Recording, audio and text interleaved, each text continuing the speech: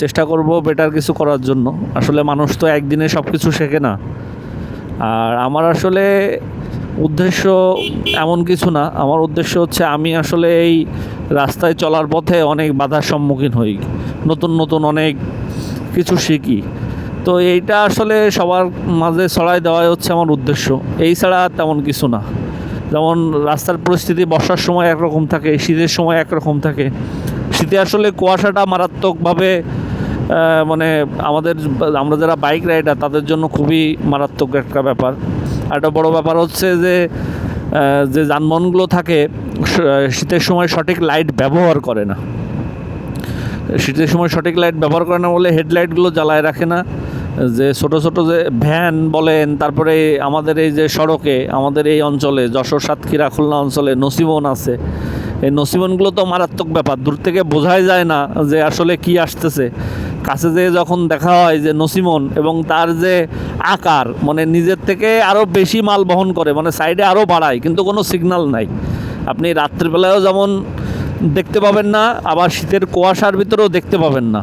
হঠাৎ করে সামনে এসে দেখবেন দানবীয় একটা আকার। হ্যাঁ, বাস, ট্রাক এগুলো তো হেডলাইট দেখে বোঝা যায়, এবং শীতের সময় হেডলাইট ব্যবহার করা উচিত। এখন তো রৌদ্র উজ্জ্বল, কিছুদিন পরেই কুয়াশা পড়বে। তো এই ব্যাপারটা আসলে আমার উদ্দেশ্য এরকম, চলার পথে যে সমস্ত সমস্যার আমি সম্মুখীন হই এটা আপনাদেরকে জানানো, যাতে আরও সবাই সতর্ক হোক। এই ছাড়া তেমন কোনো কিছুই না। আমি আসলে ওরকম প্রফেশনাল মানের কেউ না। আর আমি হচ্ছে অরুণিতার বাবা। তো আমি আমার মেয়ের পেজেই আমার ভিডিও আপলোড করে থাকি, আমার আলাদা কোনো চ্যানেল নাই। আমার আসলে প্রফেশনালি ওরকম কোনো কিছু করার ইচ্ছা না। আমি যখন যেটা পারি, যখন সময় পাই, সেটা আপনাদের মাঝে জানানোর চেষ্টা করি।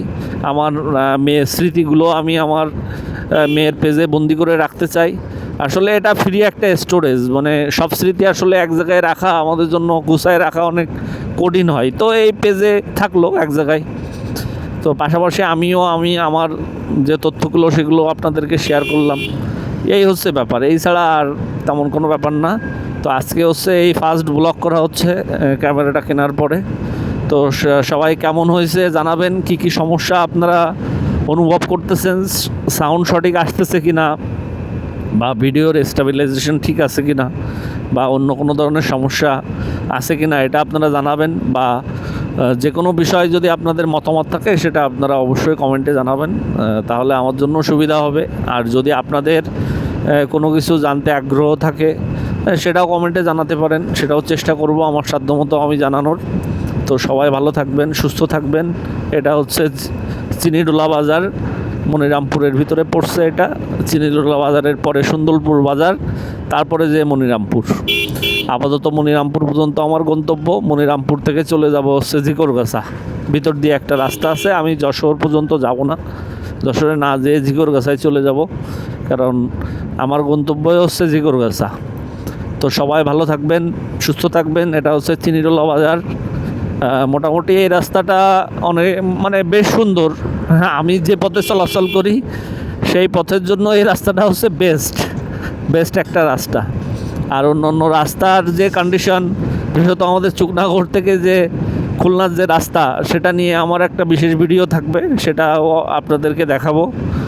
এই বিশেষ রাস্তা দেখার আপনাদের বিনীত আহ্বান থাকলো। সবাই আসবেন বাংলাদেশের যে কোনো প্রান্ত থেকে, বিশেষত সাতক্ষীরায় ঘুরতে আসলে অবশ্যই আসবেন। তো সবাই ভালো থাকবেন, সুস্থ থাকবেন।